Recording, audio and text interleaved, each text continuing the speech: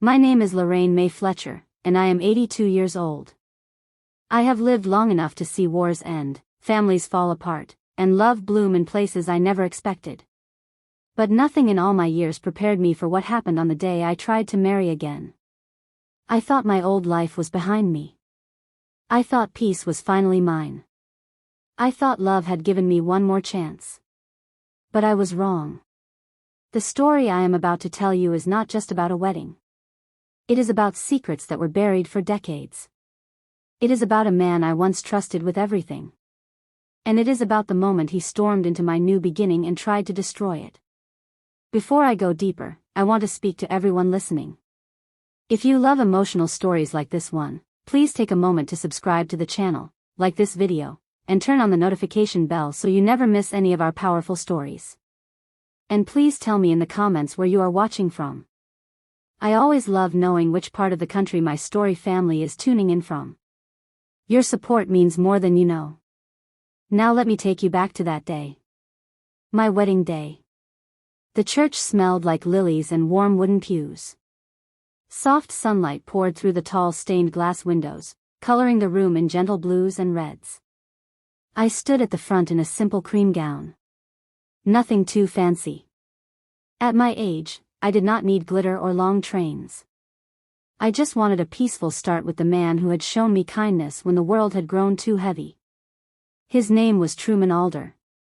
A sweet, quiet man with silver hair and soft green eyes. A retired school principal who treated me like I was still worthy of tenderness. The guests whispered softly as I smiled at Truman. My heart felt safe, steady, warm. For the first time in years, I believed that happiness was allowed to return to me. The pastor lifted his Bible. We had just begun the vows. I, Truman Alder, take you, Lorraine Fletcher. I felt my eyes get wet. I, Lorraine Fletcher, take you. And then the heavy church doors slammed open. The sound echoed so loud that some guests jumped. My breath froze. Truman's hand tightened around mine. Every head turned. And standing in the doorway, breathing hard, sweating, eyes red with fury, was the last man on earth I wanted to see. My ex-husband. Raymond Fletcher. 85 years old. Yet somehow still carrying the same fire that once frightened me into silence. He staggered down the aisle. Lorraine, you cannot marry this man. His voice cracked through the church like a snapped branch. Some guests tried to stand up and stop him, but he moved so fast for a man his age. With one angry shove, he pushed aside Truman's son. People gasped. Someone yelled for help. Truman stepped in front of me, his shoulders shaking. Stop this, Raymond. This is not your place. But Raymond was not listening. He had a look in his eyes I had not seen in many years. A wild, desperate look. A look that meant something was very wrong. And then, before anyone could hold him back, he raised his hand. And struck Truman across the face. The sound cracked through the church like lightning. Truman fell against the pew, holding his cheek, stunned. The entire room erupted. Why are you doing this, Raymond? I cried. We are divorced. You have no right here. He pointed a shaking hand at me. Lorraine, you cannot say I have no right. Not after what I found. Not after the truth I am about to reveal. My knees weakened. What truth? Raymond looked at me with something more than anger. Something like fear. You think you know everything about this man you are marrying. But you do not. And neither does he know everything about you. The room fell silent. Even the pastor froze. Truman looked at him with confusion. What are you talking about? Raymond's breath trembled. There is something you both need to hear. Something that will change everything. He reached into his coat pocket. Pulled out a folded stack of papers. Held them up for all to see. And then he looked straight at me. Lorraine, this wedding cannot continue until the truth comes out. My heart crashed in my chest. Because I recognized those papers. even before he opened them. And if he said what I feared he was about to say, my entire life was about to unravel in front of everyone. I felt the whole room tilt as Raymond stood there with those papers shaking in his hand. My breath caught in my throat, and for a moment, all I could hear was the beating of my own heart. People whispered behind me. Someone gasped. Truman looked at me, confused and worried, his cheeks still red where Raymond had struck him. But I could not move. My feet felt planted to the floor like roots that had suddenly sunk too deep. Raymond unfolded the papers slowly. Too slowly. It was like he wanted every second to stretch, wanted every eye in the church on him. He had always loved control. Even now, after all these years, he knew how to grip a room in fear. He held up the first paper. This is from 32 years ago. Lorraine, you remember this day? I swallowed hard. I did remember. I remembered it so clearly that even now I could still smell the lemon polish from the kitchen floor and feel the cold fall air creeping under the door. But I stayed silent. Truman touched my elbow. Lorraine, what is he talking about? I couldn't answer. Raymond stepped closer, waving the paper like it was a weapon. You think she is who she says she is, Truman? You think you know the woman you're marrying? A murmur spread across the room. I could feel my shame rising like fire in my chest. Not because I had done anything wrong, but because Raymond was dragging a private wound out into the open, dressing it in lies before he even told the story. I opened my mouth to speak, but Raymond cut me off. Let me say it. You hid it once. Not today. He slapped the paper onto the nearest pew and jabbed a finger at me. Lorraine had a daughter. A daughter none of you know about. The room erupted.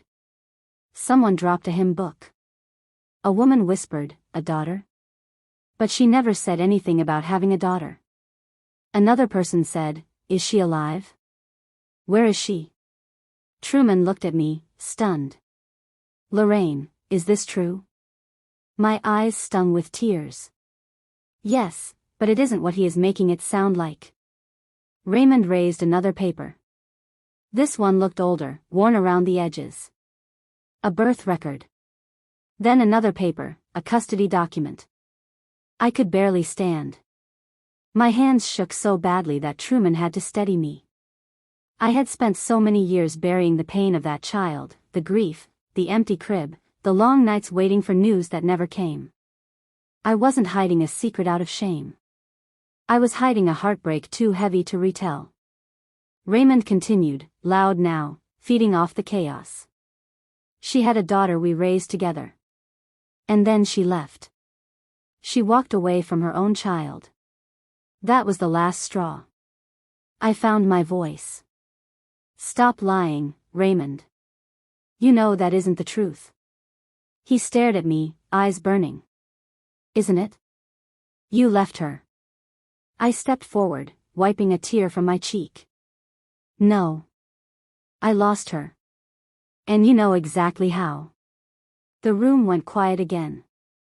Truman held my hand, gently, like he was afraid I might break. Lorraine, tell me. Tell all of us. I looked at him, then at the crowd, then at Raymond, who was still breathing hard, fists balled at his sides. When our daughter, Marion, was 8 years old, she got sick, I said softly. Sicker than any child should ever be. The doctors did everything they could, but she didn't make it. A few people covered their mouths. Someone whispered, oh no. Raymond slammed his fist onto the pew. That's your version. My voice cracked. That's the truth and you know it. You blamed me for her death. You said I didn't love her enough. And when I couldn't take the guilt anymore, I left. I left you, not her. Raymond's nostrils flared. You ran away because you couldn't face what you did. I shook my head. No. I left because I couldn't survive your cruelty. Truman looked at Raymond, then at me. Lorraine, why didn't you tell me about Marion?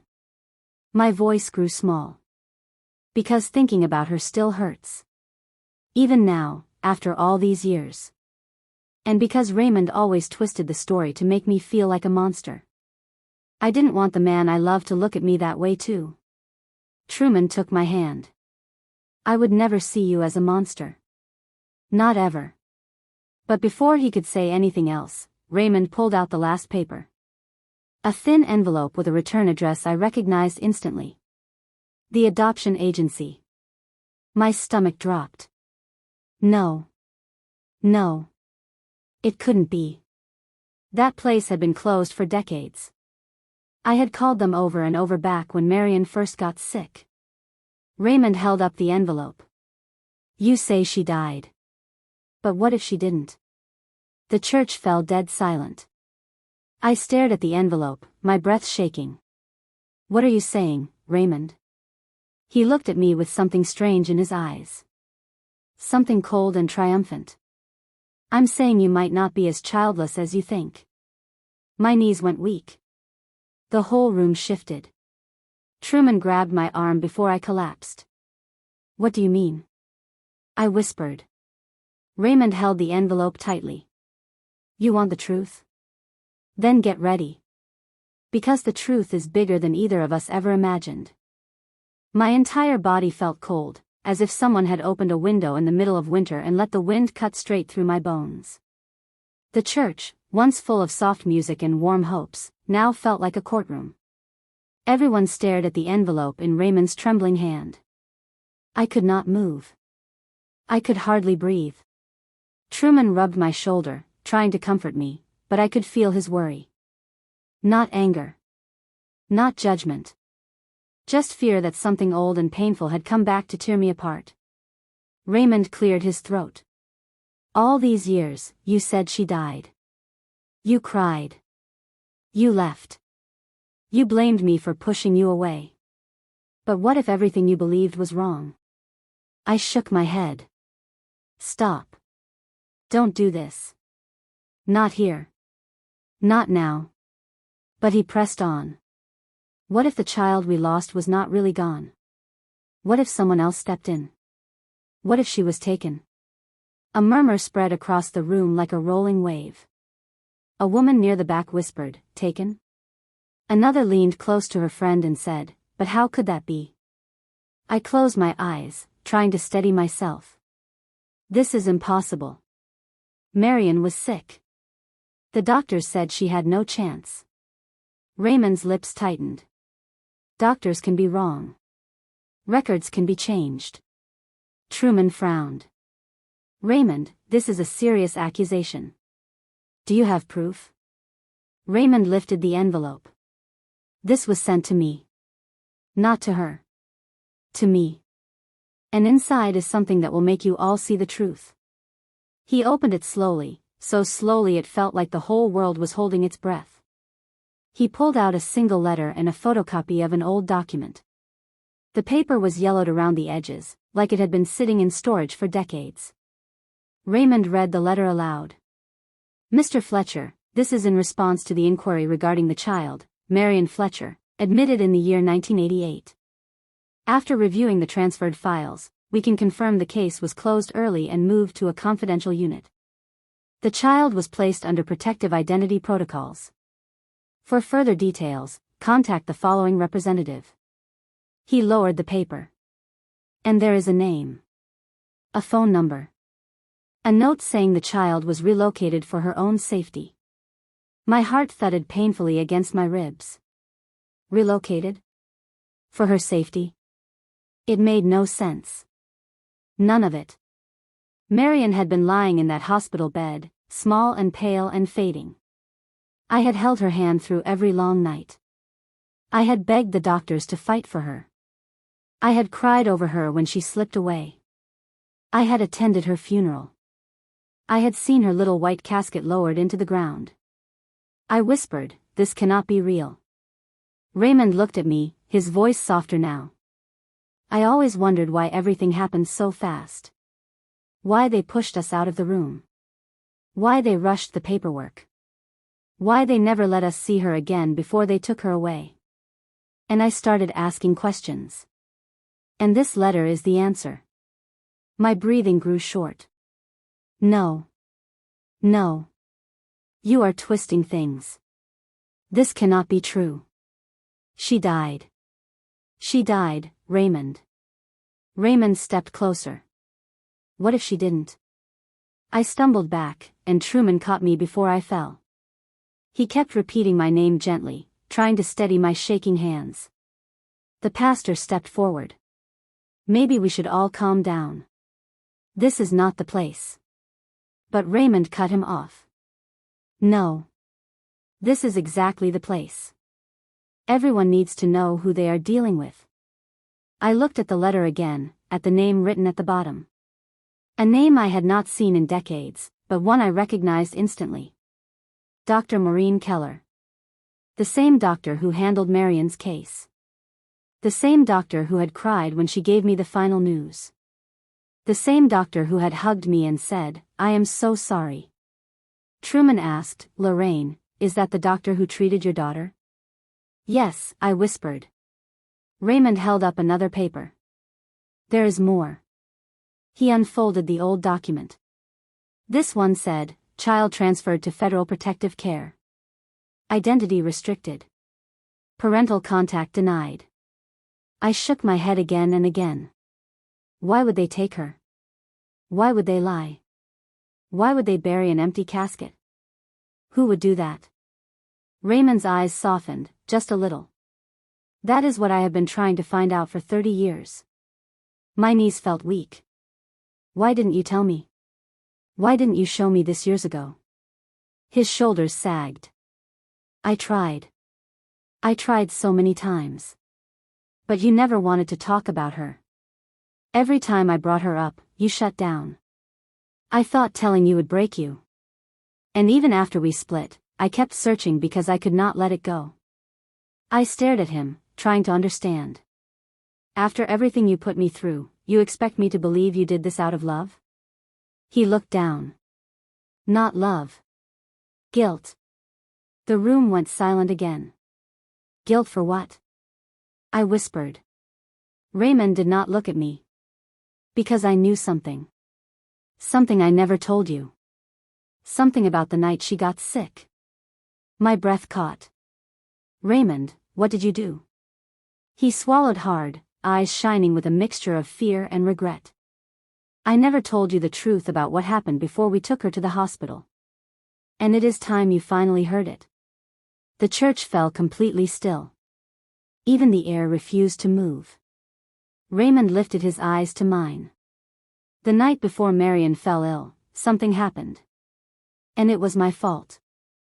The moment Raymond said those words, something inside me froze. It was as if time folded in on itself, pulling me back to nights long buried, nights I had forced myself to forget just so I could make it through each morning. The church had grown so quiet I could hear my own breathing.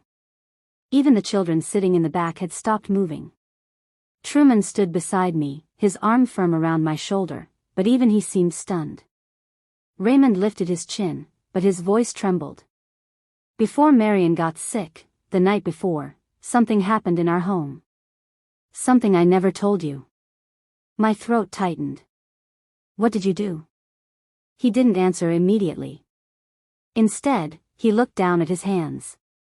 Old hands. Wrinkled. Shaking. For a moment, he didn't look like the angry man who had stormed into my wedding. He looked like the man I married at 22, scared and lost. But the years between us were heavy. Raymond finally spoke. That evening, I was upset. Work had been hard, and the house was noisy. I lost my temper. I waited, tense. He swallowed. Marion was playing near the kitchen. I told her to sit still because she kept running around. She didn't listen. I raised my voice. Then I pushed her. Not hard, but enough that she stumbled. A gasp filled the room. My chest tightened so painfully I thought I might collapse. Truman whispered, "Pushed her?" Raymond nodded slowly. She hit her side on the table edge and cried. I told her to stop making noise. I didn't mean to hurt her. I told myself she was fine. But later that night, she said her stomach hurt. My legs buckled, and Truman held me firmly. I whispered, barely able to speak, "You told me she started feeling sick on her own. You said she didn't fall. You said nothing happened." Raymond squeezed his eyes shut. I lied. I was scared. I didn't want anyone blaming me. My voice rose, shaking. "You let me sit in that hospital for days thinking it was nobody's fault. You let me think it was random. You let me cry over her. Pray over her. You let me break while you walked around with the truth in your pocket." He lowered his head. "Lorraine, I didn't know it would get so serious. The doctor said her internal injuries were complicated. I thought it was better not to say anything." "Better?" I snapped. "For who? For you?" The room stayed silent, heavy with shock. A woman wiped at her eyes. An elderly man murmured a prayer. Truman finally stepped between us.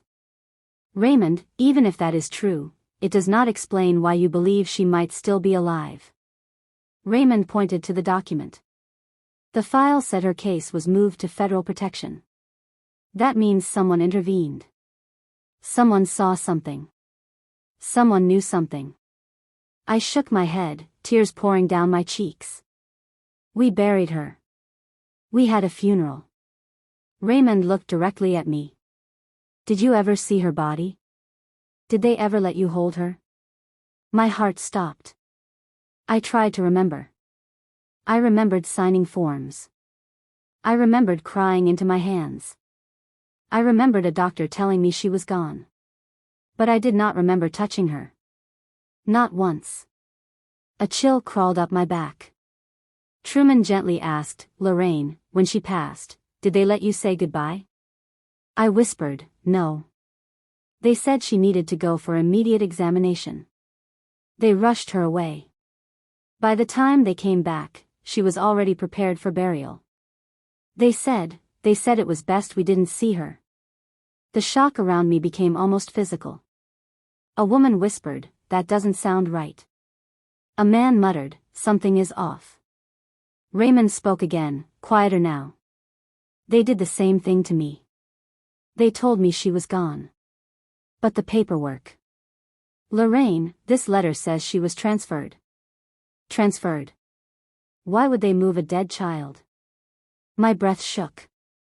"I don't know." Raymond held out the letter. "There is a name on here. The same doctor who handled her case. If anyone knows the truth, it's her." I stared at the name, my mind racing. Dr. Maureen Keller. Still alive? Still reachable? After all these years? Truman squeezed my hand. "Lorraine, if there is even a small chance this could be true, we need to find this doctor." Raymond nodded. "That is why I came here. I thought if I showed this to you privately, you would push it aside again. I thought crashing the wedding was the only way you would listen." I glared at him. Hurting Truman was not the way. He closed his eyes. "I know. I let anger take over. I am not proud of it.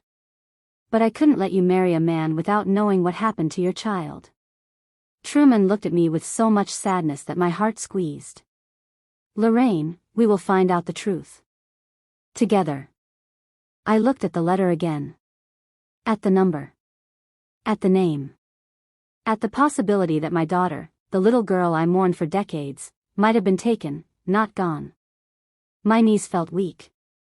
My world felt strange. Raymond stepped closer. "Lorraine, there is more." I looked up sharply. "More?" He nodded. "Yes. One more thing. Something about the adoption record. Something that will change everything you thought you knew about that night." My breath caught. "What now, Raymond? What could possibly be left to reveal?" He held up the final folded page. "This one explains why they took her. And who might have asked them to." My heart stopped completely. "Who asked them to?" Raymond looked straight at me. "Someone in this room." When Raymond said, "someone in this room," a sound like a low moan moved across the church. People shifted in their seats. Others glanced around with wide eyes, unsure if they should believe him or fear what was coming next. I felt Truman's arm tense around my waist as if preparing to shield me again. For a moment, I couldn't tell if I was 82 years old or 22 again. My heart pounded the same way it used to whenever Raymond raised his voice. I forced myself to swallow. Raymond, stop playing games. Tell me exactly what you mean. His eyes didn't move from mine. I am not playing games, Lorraine. I wish to God I were. But the truth is right here. He lifted the folded page and tapped it with his finger. This final record shows that someone connected to us requested the protective transfer. Someone who claimed to be acting in the child's best interest. Truman frowned. Acting in her best interest? If she was still alive, why hide her from both parents? Raymond exhaled. Exactly. That was my question. And the document gives a name. My breath caught. A name? He nodded slowly. Yes. A name I did not recognize at first. But the file cross-referenced another name. A maiden name. I felt a strange lightness in my chest, like my soul was drifting upward, waiting for an answer it feared more than anything. Well? Whose name is it? Raymond unfolded the page. His hands shook so badly that the paper fluttered. The name is Marion Keller. The church gasped. My knees nearly gave out. That was my daughter's full name. But this made no sense. I whispered, that's her name. Raymond nodded. I thought the same thing. So I checked further. And I found a note in the file that said, request for identity change issued by maternal relative. My chest tightened. Maternal relative? That means someone from my side. Someone connected to me. He nodded again. Yes. And that relative signed the paperwork with the name Doe. Just Doe. Almost like they didn't want to be identified. But there was a second note from the adoption agency. A side note that included the person's real name before it was redacted. He turned the document around and showed me the faint, faded writing near the corner. I stepped closer. My old eyes narrowed as I tried to make out the letters. At first I couldn't see anything. Then the shapes became clear. I stopped breathing. My whole world stopped. The name was unmistakable. Ruth. My older sister.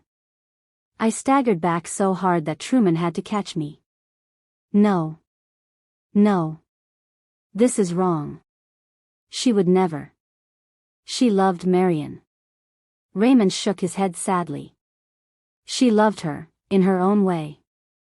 But she didn't trust you. Not after everything. She thought you were unstable. My heart cracked. Unstable? Raymond hesitated. You were grieving. You were exhausted. You were barely sleeping. She said you were slipping into depression. She told the agency you wouldn't be able to raise a sick child alone. Alone? I snapped. You were there. You were her father. Raymond lowered his eyes. Yes, but she didn't think I was responsible enough either. She said we were both too emotional, too reactive, too broken. The room felt like it was spinning. My sister. My own blood. I whispered, barely able to speak, but why would she hide her from me? Why take my daughter and make me believe she died? Why let me mourn her for decades? Raymond swallowed. That's what we need to find out. Truman stepped closer. Lorraine, did you ever talk to your sister about Marion's last days? My hands trembled. No. She avoided the subject. Every time I tried, she would shut down. She said it was too painful. I thought she was grieving too. Raymond looked at the document again.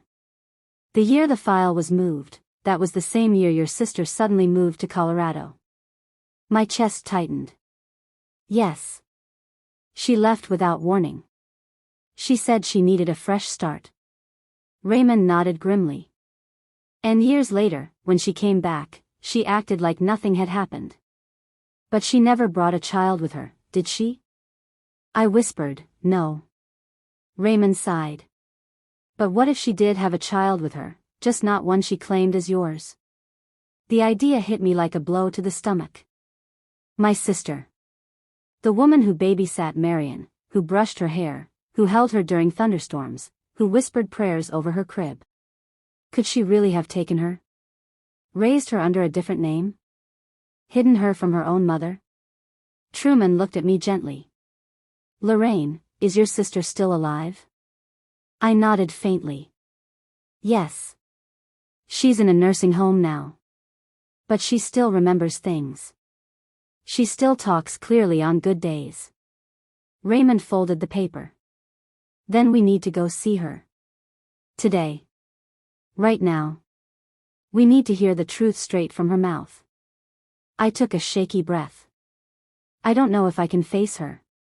Truman held my hand. You are stronger than you think. And you deserve answers. Raymond stepped forward, his voice softer than it had been in years. Lorraine, I know I hurt you. In many ways. But this is bigger than us. Bigger than our mistakes. It's time to find out if our daughter is alive. A tear rolled down my cheek. If she is alive, where is she now? Raymond looked down. That's the part one haven't figured out. I stared at him, heart pounding. What do you mean? He hesitated, then lifted the envelope again. The agency sent one more thing. A small note. A clue. But I wanted to tell you in person. I stepped closer. What clue? He slowly unfolded a slip of paper. And read the words that made my entire world tilt. Your daughter is searching for you too. For a long moment, I forgot how to breathe. Those words, your daughter is searching for you too, echoed in my ears like a gentle bell and a violent storm at the same time. I stared at Raymond, my heart thumping so loud I felt it in my fingertips. Truman held my arm tighter, afraid I might collapse. The entire church had fallen into a stunned, aching silence. Every eye was on me. Every heartbeat in that room seemed to pulse at the same speed as mine. My voice trembled. What do you mean she is searching for me too? Raymond unfolded the small slip of paper again, smoothing it with a shaking hand. This note was attached to the letter. It says a woman contacted the agency 20 years ago, asking for information about her biological parents. She believed she was adopted under unusual circumstances. I could not speak. Raymond continued. The agency couldn't give her answers. Records were sealed. But they sent her contact information to me now because she asked them to reach out if any update ever came in. My heart stopped. You mean, you have her contact? He shook his head. Not directly. She moved around a lot. The last address she gave was from years ago. But there is a city. A place she was last seen trying to look for you. I swallowed, my throat dry. Where? Raymond hesitated, then finally said. Santa Fe, New Mexico. My knees weakened again. Truman steadied me once more. The words Santa Fe sent memories rushing back, my daughter's small hands playing in the desert sand when we visited family when she was little. Her laughter echoing as she ran near the old market square. Could Marion, my Marion, have felt drawn back there? I pressed a trembling hand to my mouth.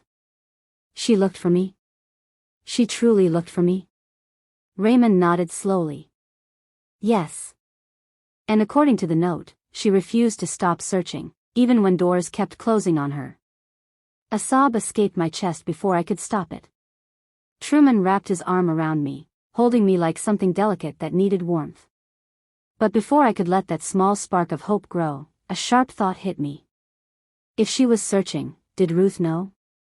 Did my sister hide her? Did she lie to both of us? I turned toward Raymond, my eyes burning. We have to see Ruth. We need answers from her. Right now. Raymond nodded. I agree. The pastor stepped forward gently. Lorraine, perhaps we should end the ceremony for today. This is too much for any one person to carry. I nodded. My wedding dress suddenly felt heavy and out of place, like I was pretending to belong in a world that no longer existed. Truman touched my cheek softly. Lorraine, listen to me. I'm with you. No matter what we find. No matter what happens. Today doesn't have to be the end for us. But right now, your daughter comes first.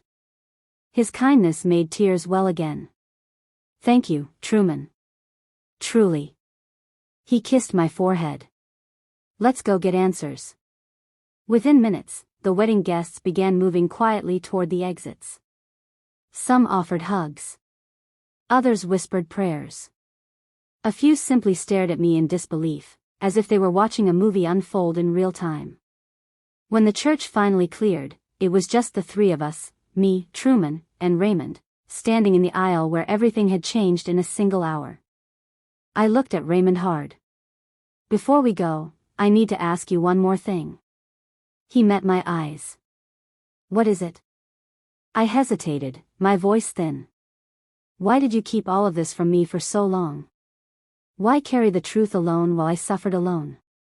Raymond's face cracked for the first time. Truly cracked. His shoulders slumped and his eyes glistened with tears I had not seen in decades. Because I thought I didn't deserve to tell you. I thought you hated me. And I thought if I told you the truth, you would hate me even more. I stared at him, surprised by the raw honesty. He continued, voice trembling. I was a coward, Lorraine. A selfish, angry coward. I blamed you for leaving me, but the truth is, I drove you away. I destroyed everything I touched. That night with Marion, it broke me too. I have spent years trying to find her, not because I wanted to prove anything to you, but because I wanted to make it right. I wanted to fix the biggest mistake of my life. Tears streamed freely down my cheeks. Why didn't you just tell me? He wiped his eyes. Because I didn't believe you wanted anything from me anymore. For a long moment, I said nothing. There were too many years. Too many wounds. Too many things we could not take back. But I finally whispered. Right now, none of that matters. What matters is finding the truth. Truman nodded firmly. Then let's go see Ruth. We walked out of the church together. Truman on one side of me, Raymond on the other. My past and my future, two men who had shaped my life in different ways, walking with me toward the one person who might know the truth. The drive to the nursing home felt endless. Trees blurred past the window. My mind raced with questions I had buried for decades. Was my daughter alive? Was she waiting for me? Had she suffered? Did she grow up thinking I abandoned her? And the darkest question of all whispered inside me like a shadow. Did my sister, my own sister, steal my child? As we pulled into the parking lot, my hands trembled so badly that Truman had to hold them still. Ready? He asked softly. No, I whispered. But we're going in anyway. We walked toward the entrance together. And just as we reached the door, a nurse stepped out with a stunned look on her face. Are you the family of Ruth Fletcher? She asked. I froze. Yes. I'm her sister. Why?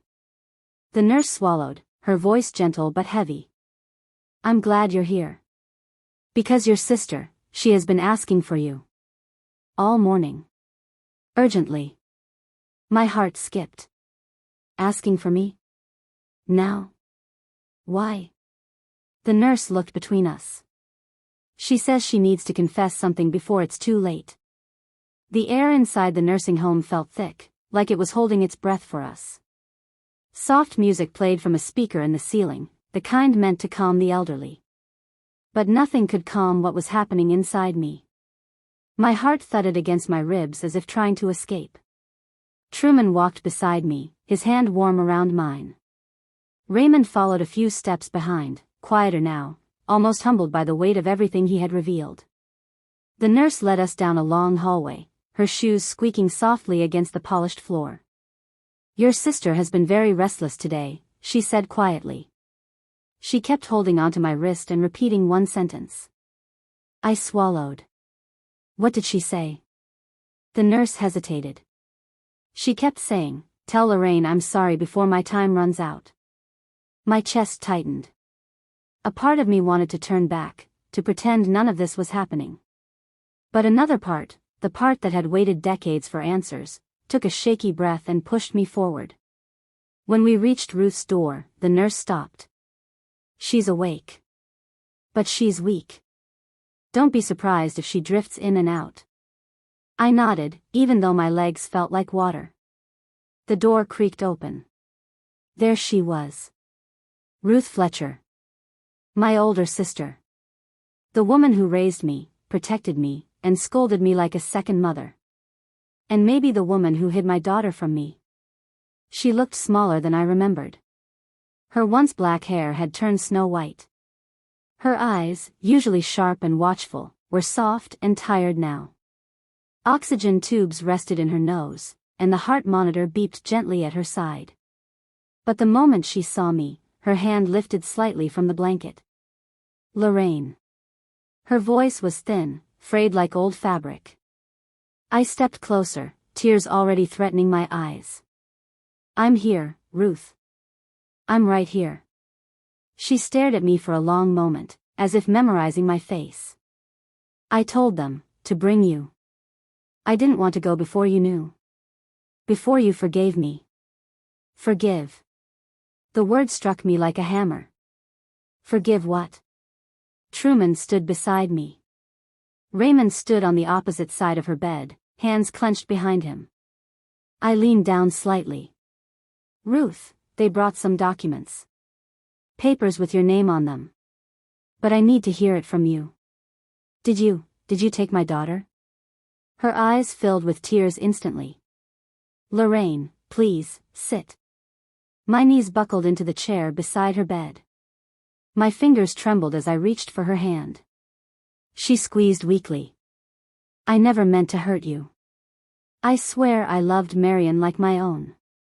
My voice cracked. "Then why did you take her? Why did you let me believe she died?" Raymond exhaled sharply behind me. Truman placed a careful hand on my shoulder. Ruth breathed slowly, as if gathering the little strength she had left. That night, the night she got sick, everything happened so fast. You were falling apart, Lorraine. You weren't sleeping. You weren't eating. You were drowning in sadness I couldn't pull you out of. I thought you wouldn't survive losing her." I shook my head. "So you chose to take her instead?" Her eyes met mine, full of remorse. "I didn't take her at first. I swear. When they rushed her to the emergency unit, I followed them. The doctors were whispering. One said they suspected abuse. Another said her injuries couldn't be explained." My eyes widened. "Abuse?" Ruth looked at Raymond like she already knew. "They thought someone hurt her." Raymond's shoulders tensed. He didn't speak. Ruth continued. "The doctors were going to contact Child Protective Services. They said she needed immediate protection. They thought both of you, not just Raymond, were unfit because of how emotionally unstable you were at the time." My jaw dropped. "Me? Unfit?" Ruth's voice quivered. "You were breaking, Lorraine. I was scared for you. I didn't know what they would do." I whispered, but she was my daughter. One tear slipped down her cheek. "I know. And that's why I stepped in. I told them I would take responsibility for her. That I would protect her." I frowned. "But the document said she was put under federal protection." Ruth nodded slowly. "Yes. Because I didn't know everything. I didn't know her injuries were more serious than they appeared. The agency took her from me too. They said they needed to move her for her safety. I begged them. I cried. But they refused to tell me where. My breath caught. So you didn't hide her, you lost her too. Ruth squeezed my hand harder. Yes. They told me to pretend she died. They said it was safer for everyone involved. So I did. I lied to you because I thought it was the only way to protect you from breaking completely. I felt the world tilt. A long breath trembled through me, deep and painful. Ruth whispered. I thought someday they would tell me where she was. But they never did. And I spent the rest of my life hoping she would forgive me. A sob escaped my lips. I laid my head on the edge of her bed and cried like I hadn't cried in years. Truman rubbed my back gently. Raymond wiped his eyes behind me, silently. After several minutes, I finally looked up. Ruth, one more question. She blinked, exhausted. Yes, dear. I swallowed hard. Do you think she's alive? Ruth's lips trembled into the faintest, tired smile. I know she is. I always knew. A mother feels these things, even when she tries not to. My breath caught. And why did she look for me? Why now? Ruth covered my hand with hers. Because she's sick again, Lorraine. She needs you. The room went silent. My blood went cold. My heart stopped. Sick again? My daughter, my grown daughter, searching for me because she was sick. My voice barely formed. Ruth, how do you know? Ruth whispered weakly. Because she contacted me. Years ago. She left a message. She said she needed answers about her past. She said she might not have much time left. I wanted to tell you, but I was afraid. Afraid of reopening everything. I froze. A message? Ruth nodded. It's in my drawer. A letter. The last thing she ever sent me. I shot up from the chair, shaking. Where? Ruth pointed weakly at the nightstand. Bottom drawer, red envelope. I opened it with trembling hands. Inside was a letter. Written in a beautiful, steady handwriting. It began with, My name is Mary Keller, and I believe I am your niece. My heart slammed against my ribs. My daughter had written this. My daughter had been alive. My daughter had been searching. Truman leaned closer, stunned. Raymond held onto the bed frame for support. At the bottom of the letter was one final line. If you know where my mother is, please tell her I forgive her, and I need her. My tears fell onto the paper. I clutched the letter to my chest. Raymond whispered. We have to find her, Lorraine. Now. Before it's too late. I nodded, breath shaking. Yes. We're going to find her. No matter what it takes. But just as I turned to leave, Ruth grabbed my wrist with surprising strength. Lorraine, there's one last thing you need to know. Something about the people who took her. Something I was too scared to say until now. My heart froze again. What is it, Ruth? Her eyes widened with fear. It wasn't just the agency. Someone else was involved. Someone powerful. Someone who didn't want Marion to ever return to you. My voice broke. Who? Her lips trembled as she whispered the name. The same doctor who handled her case. Dr. Keller. The name felt like a stone dropping into the center of my chest. Dr. Keller. The doctor who had held my hands the night Marion slipped away. The doctor who told me she was gone. The doctor who oversaw everything. For decades, I had trusted the memory of that woman. Trusted her voice. Trusted her sadness. Now Ruth was telling me she had lied. That she was part of taking my daughter away. I stared at my sister, unable to speak. Ruth's eyes filled again, her breath uneven. Lorraine, she wasn't just your doctor. She was the one who filed the protective order.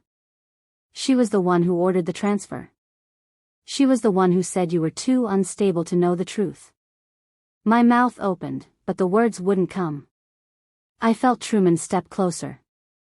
He placed his hand gently on my back, grounding me. Raymond stayed quiet, his face pale like he too was finally seeing the full picture. I whispered, barely audible. She betrayed me. All this time, she betrayed me. Ruth nodded weakly. And she did it because she believed she was saving your daughter. But, she also believed she was saving her career. That last sentence hit me hard. What do you mean? Ruth's breath trembled. There were reports, hints of medical mistakes. Misdiagnoses. Complaints from other parents. She needed a case where she could claim she stepped in to save a child from a dangerous home. It made her look like a hero. And Marion's situation, it was the perfect storm. My hands tightened around the letter from my daughter. Anger rose inside me so fast I felt dizzy. So she used us? Used my child? Ruined my life, and Marion's life, just so she could look good? Ruth nodded slowly. I'm sorry, Lorraine. I thought about telling you when you left Raymond. I thought about telling you when I moved back. But I was a coward. I didn't want you to hate me. I wiped my tears with my sleeve. I don't hate you. I'm angry. I'm hurt. But I don't hate you. A choked sound escaped Ruth, and she squeezed my hand. Thank you. Before I could say anything else, her breathing shifted. A slow, tired exhale. Her eyelids fluttered. The nurse stepped inside quickly. Let's give her a moment to rest. She's exhausted. I nodded, stood slowly, and stepped back. Truman helped steady me while Raymond stared blankly at the floor, like he was trying to understand decades worth of damage in a single hour. The three of us stepped into the hallway. The door closed behind us with a quiet click that felt strangely final. Truman turned to me. Lorraine, what now? What now? Two small words with 1,000 heavy answers. I looked down at the letter in my hands. The handwriting of a daughter I didn't get to raise. A daughter who thought she was adopted under questionable circumstances.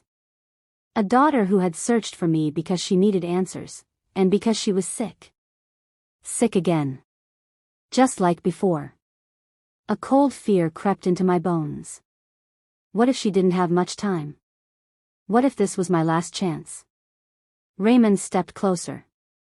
His voice was quiet, almost fragile. Dr. Keller. She is the key. She is the only one who can tell us where Marion went. I nodded slowly. Is she alive? Raymond reached into his coat and pulled out another folded sheet. I checked before coming here. She's retired, living in Arizona. Outside Tucson, some kind of small desert community. My heart thumped hard. Arizona, that was only a few hours from New Mexico. Truman crossed his arms. So both answers, where Marion went and where she might be now, are in the same direction. I clutched the letter to my chest. We need to go there. To Arizona. To New Mexico. Wherever it takes us. Raymond nodded. I'll take you. I'll drive. I looked at him sharply. You? He nodded again. I know I don't deserve forgiveness. But I owe you this. I owe Marion this. Let me help bring her home. His voice cracked on the last word. And for the first time in years, I believed him. Truman stepped forward. We'll all go. Together. I looked at both men, the man who had broken me and the man who had healed me. Two different paths of my life, now crossing in the most painful moment of all. I took a shaky breath. We leave today. Before another hour passes. But just as we turned toward the exit, the nurse hurried down the hall calling my name. Mrs. Fletcher. Mrs. Fletcher. I stopped, fear tightening my stomach. Is it my sister? Did something happen? The nurse shook her head. No, your sister is resting. But this just arrived at the front desk for you. Someone hand-delivered it. She held out a small brown envelope with no name, no return address. Just one single line written on the front. For Lorraine. My blood turned cold. Truman looked at me. Raymond's eyes narrowed. I opened the envelope with trembling fingers. Inside was a single note. 3 words. Stop searching now. My heart stopped. But underneath those 3 words was something even worse. A photograph. A blurry picture of a woman standing outside what looked like a bus station. Her hair long and dark. Her shoulders thin. Her posture familiar, painfully familiar. I whispered. That's. Raymond grabbed the photo, his eyes widening. Lorraine. Truman leaned closer. Lorraine, she looks just like you when you were younger. My hands shook violently. It was her. Marion. My daughter. Alive. Real. Somewhere out there. And someone didn't want me to find her. I looked up, my voice trembling with both fear and fire. We're leaving right now. Truman nodded. I'll get the car. Raymond clenched his jaw. Whoever sent that note, they know we're getting close. I stared at the photo one more time, my heart cracking and burning all at once. Hold on, Marion. I'm coming for you. No matter what I find. No matter who tries to stop me. The ride out of town felt like stepping into another world. Truman drove with steady hands, his eyes focused on the long road ahead, while Raymond sat in the back clutching the photo of Marion like it was a fragile piece of the past. I sat in the front seat holding the brown envelope on my lap, my fingers shaking every time I looked at those 3 chilling words. Stop searching now. The warning replayed in my mind again and again. Someone knew we were digging. Someone who didn't want the truth to surface. Someone who knew exactly where my daughter had been, or where she was now. But fear wasn't enough to stop me. If Marion was alive and sick again, time was already slipping through my fingers like sand. Truman cleared his throat softly. Lorraine, how are you feeling back there? I stared out the window, watching the landscape blur past. I don't know. Scared. Angry. Hopeful. All at the same time. Raymond leaned forward. We're going to find her. I promise you that. I didn't answer right away. I wasn't sure I could trust promises anymore. But I also knew Raymond had been searching for decades, and he hadn't given up. That meant something. We drove for hours, stopping only once at a small roadside diner. I barely ate. My stomach twisted each time I pictured the woman in the photograph, Marion, grown and alone.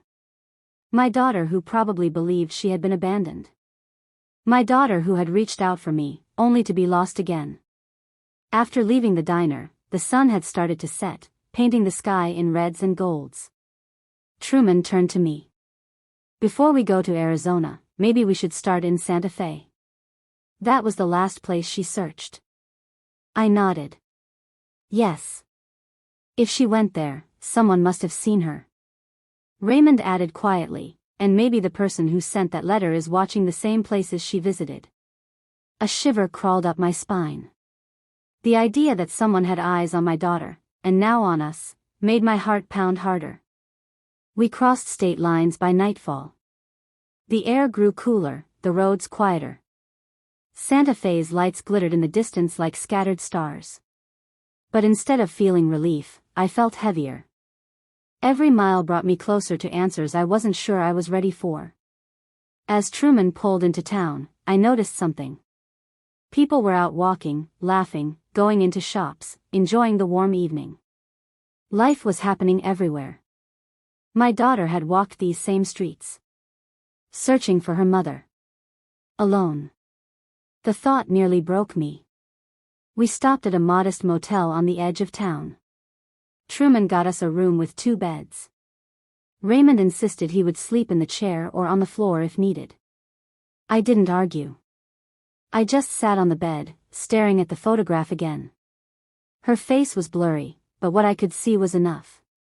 The shape of her jaw. The tilt of her head. The way she stood, shoulders slightly turned inward, just like I used to stand when I was younger and unsure of the world. My daughter. My eyes filled with tears before I could stop them. Truman sat beside me and placed a gentle hand on my back. Lorraine, we'll find her. I nodded but couldn't speak. The lump in my throat was too heavy. Raymond paced the small room, rubbing his temples. We need a plan. The adoption agency said she looked here for you. That means she must have talked to someone. Asked questions. Left traces. Truman nodded. We start with the bus station in the photo. The old one on the north side. It's still active. Someone there might remember her. I wiped my eyes. Yes. First thing in the morning. But before any of us could stand, a sudden knock pounded on the door. 3 loud, urgent knocks. Raymond jumped. Who is that? Truman stood up slowly, cautious. I didn't order anything. My heart raced. The letter. The warning. The photograph. What if someone had followed us? Truman approached the door, but before he could touch the handle, a woman's voice cracked through the wood. Is this the room of Lorraine Fletcher? My heart stopped. I froze. Raymond looked at me with wide eyes. Truman hesitated. Who's asking? The woman's voice trembled. Please. I don't have much time. I was told to find her. Truman looked back at me for permission. I swallowed. Open it. He unlatched the lock and slowly pulled the door open. A woman stood there, out of breath, her hair windblown, her clothes dusty as if she'd been traveling for hours. She looked to be in her 30s or early 40s, too young to be my daughter, but old enough to know her. Her eyes landed on me instantly. Are you Lorraine Fletcher? I nodded slowly. Yes. She stepped inside quickly and shut the door behind her. I've been looking for you for days. If I didn't find you tonight, I might not have another chance. Raymond stepped toward her. Who are you? She swallowed hard. My name is Elena. I'm a nurse. I work at a small clinic outside Santa Fe. She turned to me with eyes filled with urgency. And I'm here because I met your daughter. My breath shattered. You met her? Is she alive? Where is she? Elena's eyes filled with tears. She's alive. But Lorraine, she's very sick. And she's running out of time. I grabbed her arms, desperate. Where is she? Elena hesitated, her voice trembling. I'm here because she asked me to find you. But there's something you need to know first. My heart pounded so loud I felt dizzy. What is it? Elena looked directly at me. Your daughter, she's hiding. Hiding? Why? Elena inhaled shakily. Because the same person who took her from you is looking for her again. My blood turned to ice. Truman grabbed my hand. Raymond's eyes widened. I whispered. Who is looking for her? Elena whispered the answer. Dr. Keller. Elena's words hung in the air like a cold shadow. Dr. Keller. The same woman who stole my daughter, lied about her death, and built her career on my broken heart, was looking for her again. I felt my pulse hammering inside my ears as if the walls were closing in. Truman moved closer, steady as ever, while Raymond stiffened, his jaw clenched so tightly I thought it might crack. I managed to whisper. Why? Why is she looking for her? Elena swallowed hard. Because your daughter knows the truth. And Dr. Keller doesn't want that truth coming out. Not now. Not ever. My hands trembled. Where is she? Please. Tell me where my daughter is. Elena hesitated, her eyes softening. She's in a small cabin outside the city. She trusted me enough to tell me where she was hiding, but she made me promise not to bring anyone who couldn't be trusted. She looked at Truman first, then at Raymond, then finally settled on me.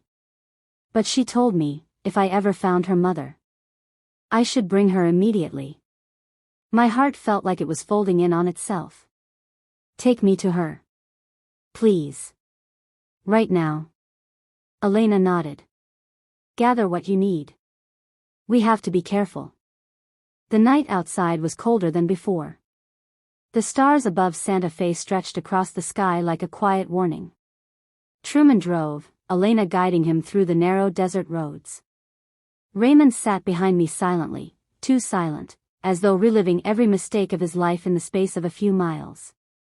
The cabin sat among tall desert pines, the moonlight spilling silver across its roof. The moment the car stopped, my breath hitched. I felt something in the air. Something familiar. Elena stepped out first. She should be awake. She barely sleeps these days. Her voice trembled, and it sent fear crawling through my spine. I walked toward the door, my hands shaking. Truman stood behind me, steady.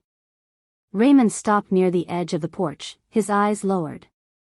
He looked too afraid to move closer, as if expecting the past to swing at him like a blow.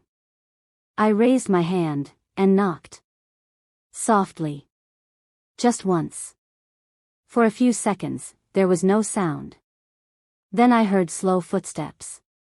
Then the lock clicking. Then the door opened. A woman stood there. Thin. Pale. Her hair long and dark like mine in my 30s. Her eyes, oh, her eyes, a deep hazel that mirrored everything I had lost. She looked at me the way a child looks at a ghost. She whispered. Mom? My knees nearly gave out. I reached out a trembling hand. Marion? She covered her mouth, tears spilling instantly. It's really you. I began to cry, harder than I had cried since the day they told me she died. I moved forward, and she stepped into my arms like she had waited her whole life for that moment. She felt so small, so fragile, and yet so real. We clung to each other, both shaking. She whispered. I looked for you. For so many years. I held her face in my hands. I never stopped loving you. Never. We stepped inside the cabin. It was warm, lit by a small fire. A single blanket draped over a couch. A table with scattered papers and medical documents. My stomach twisted. What exactly was she hiding from? Marion wiped her tears and looked at me closely. I knew you would come. I prayed you would come before things got worse. I cupped her cheek. Tell me everything, sweetheart. Please. She nodded and sat down slowly, her hands trembling. I was adopted by a family in Colorado. They were good to me. Kind. But when I started asking questions as a teenager, strange things happened. She took a shaky breath. Letters disappeared. People who promised to help stopped answering. Files were sealed. Hospitals refused to release medical records. And every time I pushed harder, someone pushed back. My heart burned with anger. Dr. Keller? Marion nodded. She tracked me down more than once. Tried to convince me to stop digging. Said my biological parents were dangerous. Unstable. That I should leave the past alone. Raymond lowered his head, tears spilling silently. Marion continued. But I knew she was lying. I could feel it. Deep inside. And when I got sick again. She paused, looking down. I took her hand. You are going to be okay. We will help you. She shook her head gently. It's not that simple.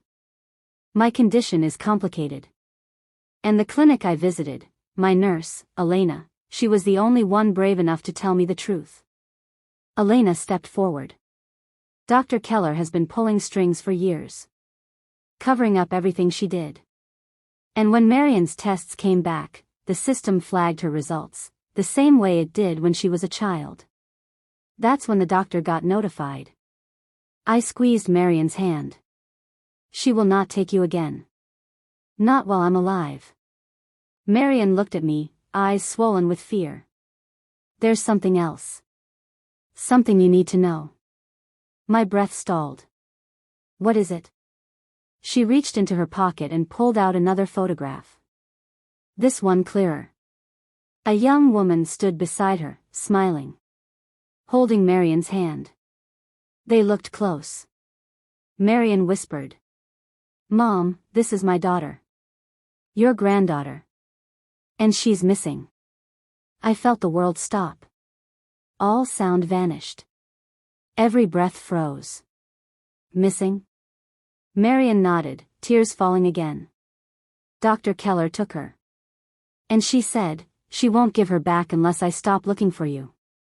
A fire ignited in my chest so fierce I could feel it in my bones. My daughter needed me. My granddaughter needed me. And the same woman who stole my child was now trying to steal hers. I stood up slowly, my voice steady with a strength I had never felt before. We are ending this. Tonight. Truman stepped forward. We're with you. Raymond wiped his tears. All the way. Elena nodded. I know where Dr. Keller is hiding. I took Marion's hand and held it tightly. No more running. No more fear.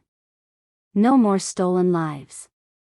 We stepped out into the cold desert night, 3 generations finally reunited, and finally ready to fight back. As I looked up at the sky, I whispered. I lost you once, Marion. I will never lose you again.